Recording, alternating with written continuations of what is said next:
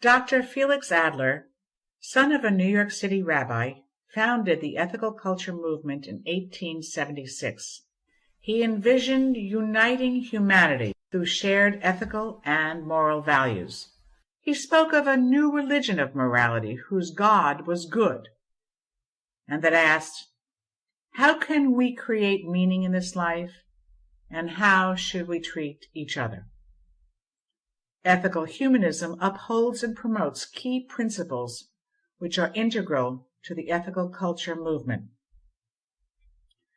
Adler was especially interested in the welfare of the working class, advocating for basic education, health care, fair working conditions, and decent housing.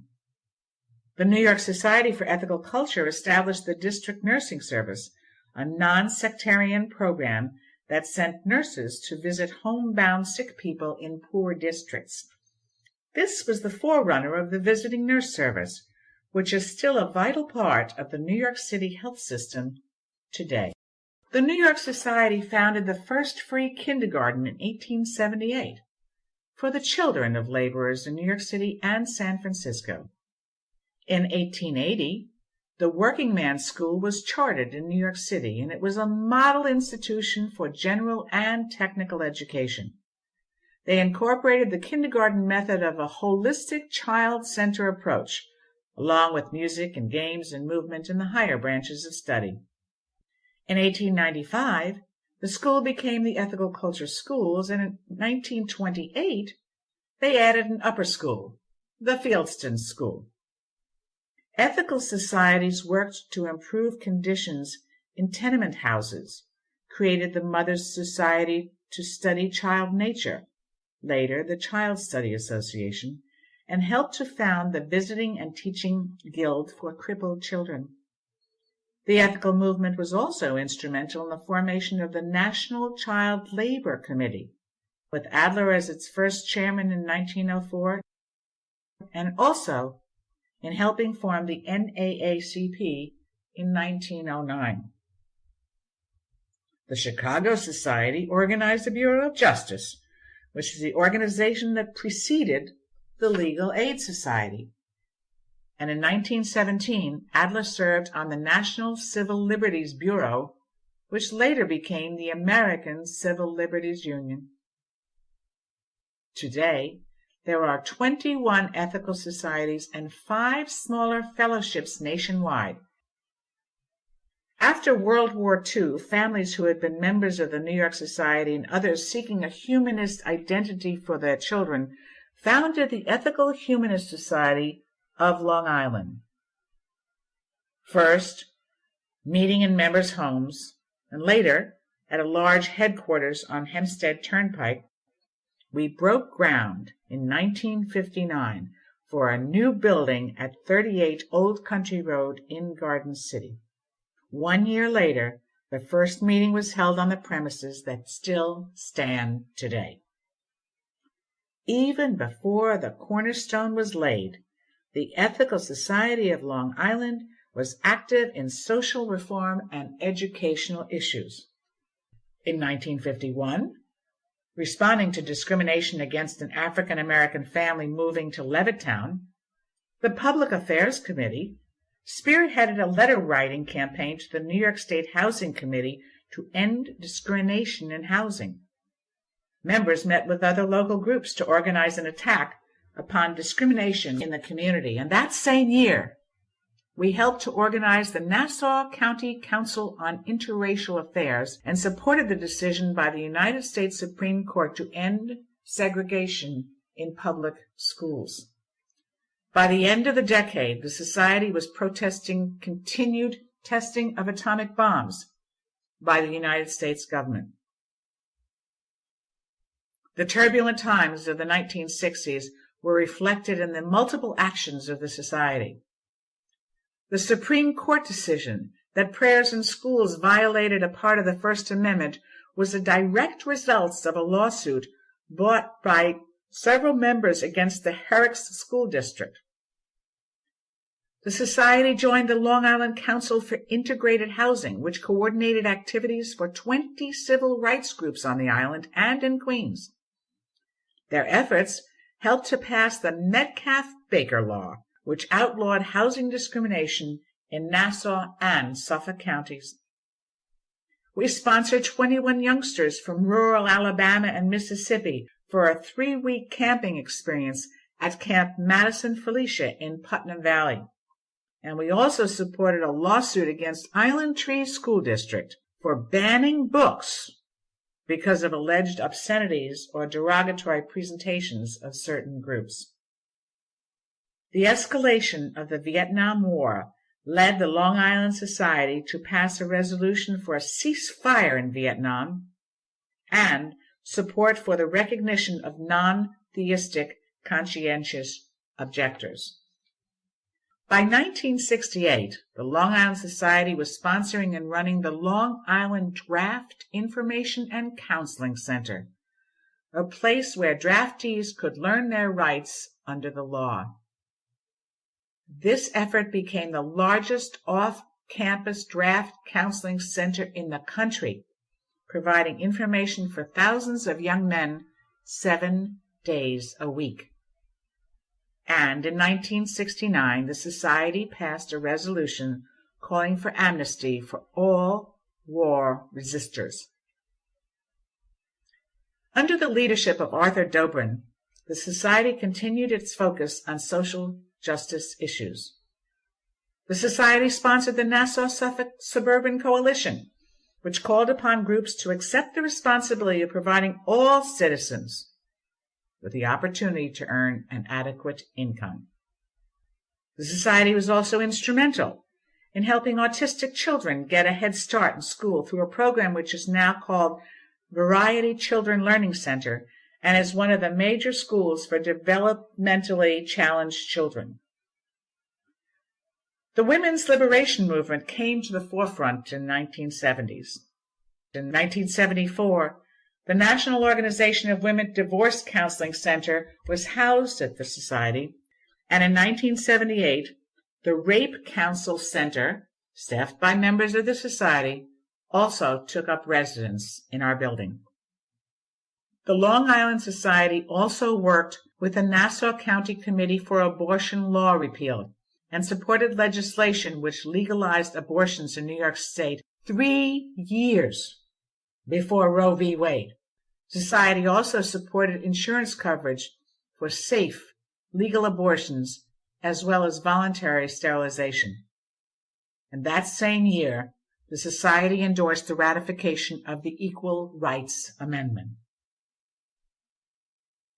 The 1971 Attica prison uprising led to many Society members' involvement in jail reform programs, including the Friends of the Fortune Society, Long Island Bail Commission, the Court Advocacy Program, and an initiative to address juvenile delinquency called Walkabout.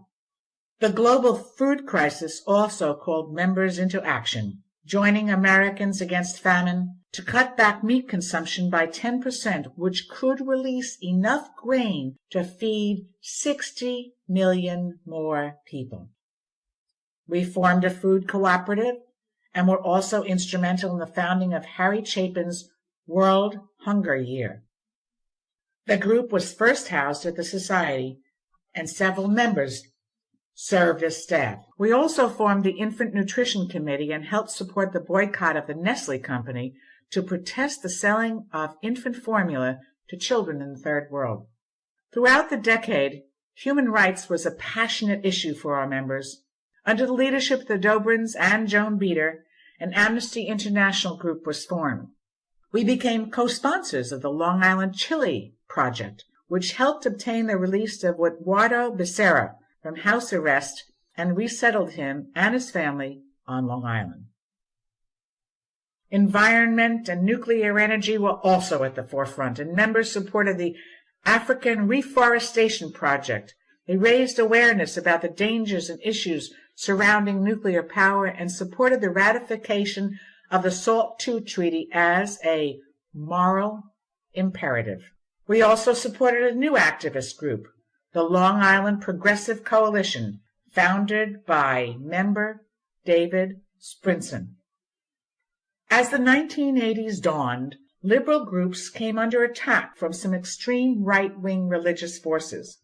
We took a strong stance on separation of church and state by sponsoring a letter-writing campaign to oppose some 85 proposed constitutional amendments and bills.